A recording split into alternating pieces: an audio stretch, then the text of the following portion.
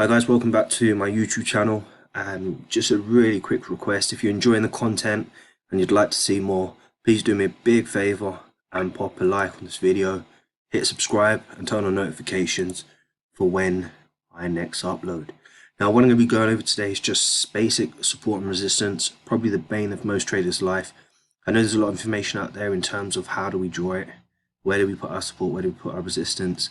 And there's a huge misconception that I'm starting to notice with a lot of traders, is that they're using the high time frames to find their support and resistance, and they're zooming out way too far. What then happens is they start to look for major areas on the market where they see price respecting, and what they tend to do is just continuously put lines on lines on lines on their chart, and then eventually, before you know it, by the time they get down to their entry time frame, they've got about 15-20 different support and resistance zones. So we're just going to clear this misconception up. We're going to make this super simple, and I hope this will help you out moving forward and hopefully give you the success that you're looking for. So all we're simply going to do is we're going to drop down to our line chart. Now guys, we're not going to be taking all this information to the left. I want you to start with current price action, where price is trading at the moment. I simply just want you to look for a level in the market where price has once come to before and bounced off extremely strong, rallying to the upside. Again, we'll take our resistance levels and we'll look here. What we can see is a major resistance level. When price was coming to this resistance level, we had a huge rally to the downside. Again, we had this rally to the upside and then this huge rally to the downside. Now, take note that even if price is not here yet, we're still going to be looking at this area on the market as a potential area where price may be accumulating and looking to rally the market back to the upside. Now obviously your systems are going to be different, everyone's going to trade them differently, so however your entries are taken and whatever signals or candle formations or patterns you're looking for, make sure that they're in and around the support levels that you've seen drawn here. Once you finish with your higher time frame, we move to a time frame just below that.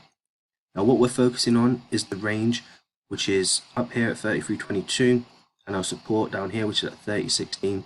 And now we're going to start to look for levels within this range that look like very strong support and resistance zone.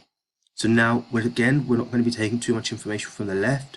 We're going to stay focused on current price action, where we see price is holding at resistance or support.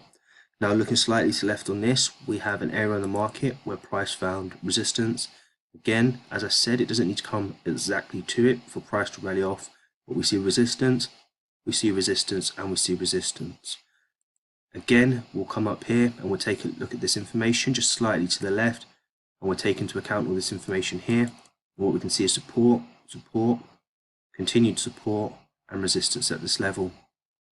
Now, price is trading in and around this area of the market. If we measure with our ruler and we push price all the way up to this zone, this is about 170 pips away from where price is at now. So technically, we don't need to be looking for support and resistance zones in and around this area, because what we need to focus on is what's happening down here. Moving over to our final time frame, which will be our entry time frame. Again, this will be different for everybody. We now can go back to our candle chart. Now, as you can see on this candle chart, we see price bouncing off of our support level. And you're going to ask, well, hold on a minute, does this count as support? Well, remember guys, we're looking at this area on the market as not a singular line, but as an area where price has come to before and shows signs that it's failing to break below and create new lower lows. What we can do in this instance is we can just slightly adjust to account for as many wicks as possible, slash bodies, and key areas on the market where price has come to and rallied off. Again, we can do the same for current price action, and by the looks of it, I think we've got this nailed down to a T.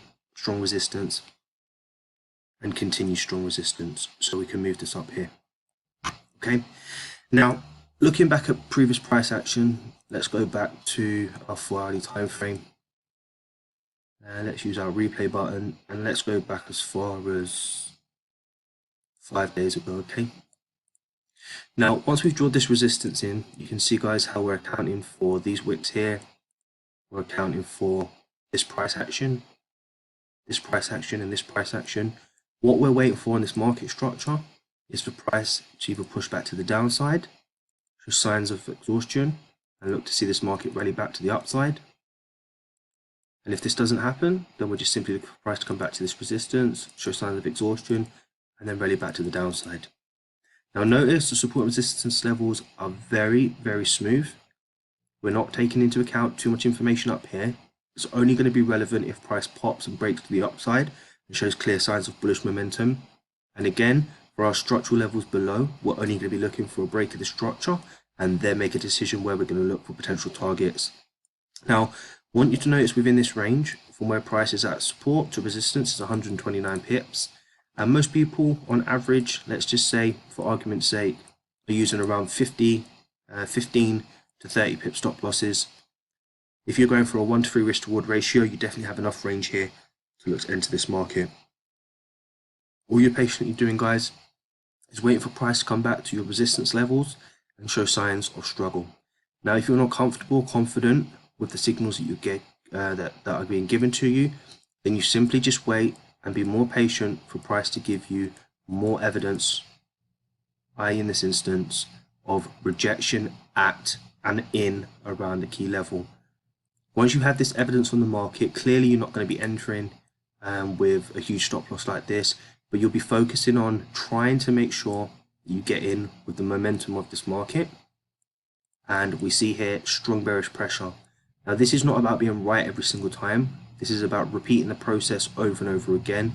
Eventually, if your system is true and that you've mastered it and you've practiced it and it has positive results, then as long as you're drawing your support and resistance levels correctly and waiting patiently, you'll get the results that you want to get.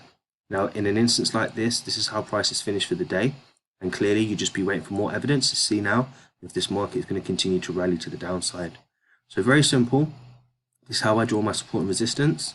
And hopefully, this will be good for you to see how you can really, really use these support levels to maximize your profits and consistency in the market. There'll be more videos coming out soon, guys. I hope you enjoyed it.